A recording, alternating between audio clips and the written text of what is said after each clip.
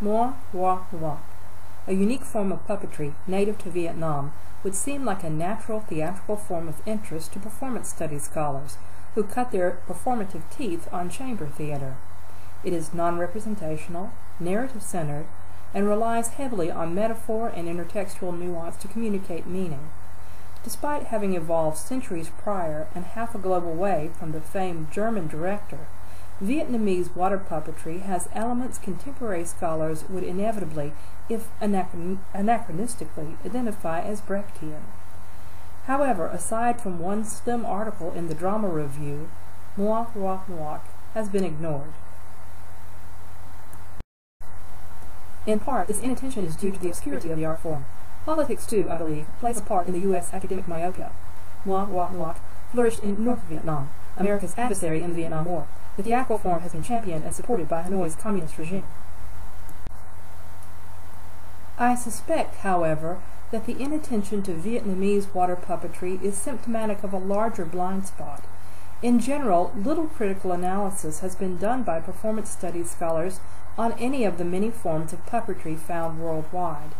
It is as if we have been taken in by the magician's misdirection that is at the heart of all puppet theater. We seem to believe that the puppets are the performers. We are unsure of how to apply theories based on human performance to these curiously inanimate objects. Therefore, we say nothing. Like obediently entranced audience members, we forget that behind each puppet is at least one living, breathing, present performer.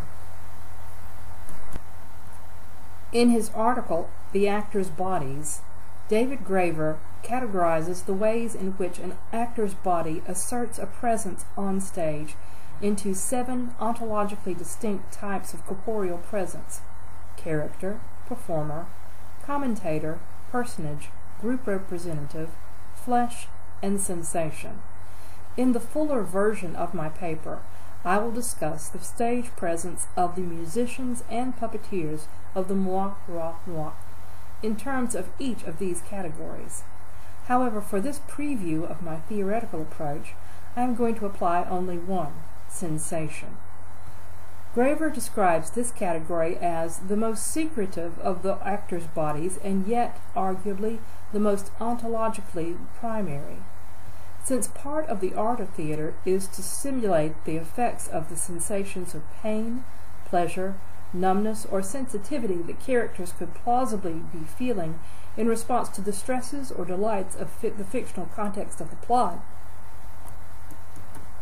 the real effects of sensation or the physical experience of being on stage on an actor's body are usually difficult for audience members to discern or are politely ignored. As Graver says, theater gives preference to the visible appearance of sensation rather than the invisible reality. As an example of a type of performance that breaks this convention of ignoring the real physical impact of performing on the performer, Graver cites the work of performance artist Fakir Musaffar. In some pieces, Musaffar has replicated shamanistic rituals by hanging from hooks that pierce his pectoral muscles. The spectacle of suffering, Graver asserts, gives weight and concentration unusual for theater. An atmosphere of concern and reverence is built up between performers and spectators. The performers stand between two worlds, the one of the spectators' eyes and the one inside their own bodies. This liminal balancing act becomes more important for performer and audience than its undeniably alluring visible manifestation. In Vietnamese water puppetry, although the puppeteers are hidden from view, the audience is always at least subliminally aware of the physical discomfort they are enduring as they stand chest high in the water manipulating large, heavy wooden puppets. As an audience member sits in his or her comfortable seat, They too can feel the inevitable chill in the air that accompanies the presence of the amount of water necessary to hide the mechanisms that make the ethereal movements of the puppets possible. An audience member can smell the dampness. Those sitting near the front of the tank may even be splashed with water during some of the more vigorous dances of characters like the water dragons. If the reminder from their own bodies of what is being endured by the performance is too subtle for the audience, the puppeteers always take a curtain call at the end of the performance. They stand in the tank so recently vacated by their puppets, drenched, unglamorous, yet triumphant. Water has a special symbolic significance for the Vietnamese. For them, the presence of water makes a clear tie back to the agrarian roots of their culture. Water connotes nourishment, both physical and spiritual. As in Christian iconography, water symbolizes rebirth. When considering the significance of suffering, it is important to take into account the impact of Confucian philosophy on traditional Vietnamese theater. Moi Roi Noir plots, like those of Vietnamese folk opera, frequently have happy endings. In accordance with Confucian values and teaching, characters are able to achieve a state of yi, dignity and righteousness, through transformation and persevering through hardships. So too are the performers themselves able to achieve merit through enduring the physical trial posed by their art. When asked by a researcher to explain how Vietnamese water puppetry had survived the ravages of war and foreign occupation, a native informant replied, "Don't let anyone be idle and live at the expense of others, and never tolerate those who bring the enemy home." I interpret this answer as indicating that the art of Moi Roi Noir puppeteers is seen by Vietnamese audiences as work, not idleness. To Vietnamese villagers, the puppeteers appeared not as pampered outsiders in the costumes of the social elite, but rather fellow workers who stand in the same muddy water where rice farmers labor to practice their demanding craft. The physical effort of these performances, as well as the metaphorical work they accomplish in reifying traditional Vietnamese values in the face of the influx of foreign influence, earns them merit in the eyes of their viewers.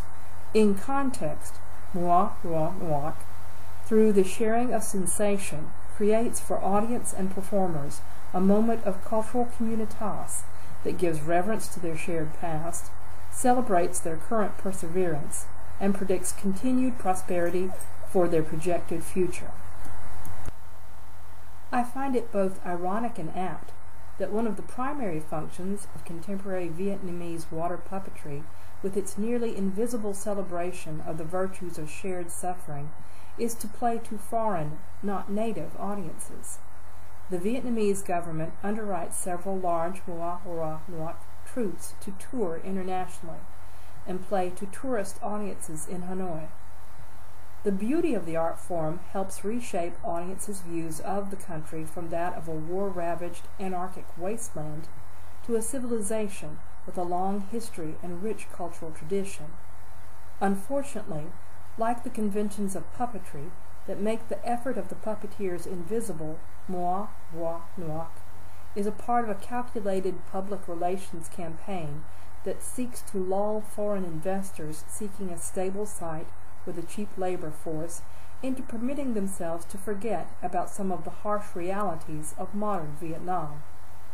Thoughts of human rights violations, lack of child labor laws, low wages, inhumane treatment of workers including long hours, unsafe and unsanitary factories, and even corporal punishment can vanish as shiny, bright, cheaply produced products pirouette invitingly in the minds of foreign investors, like glittering, brightly colored fairy puppets dancing on the surface of murky water.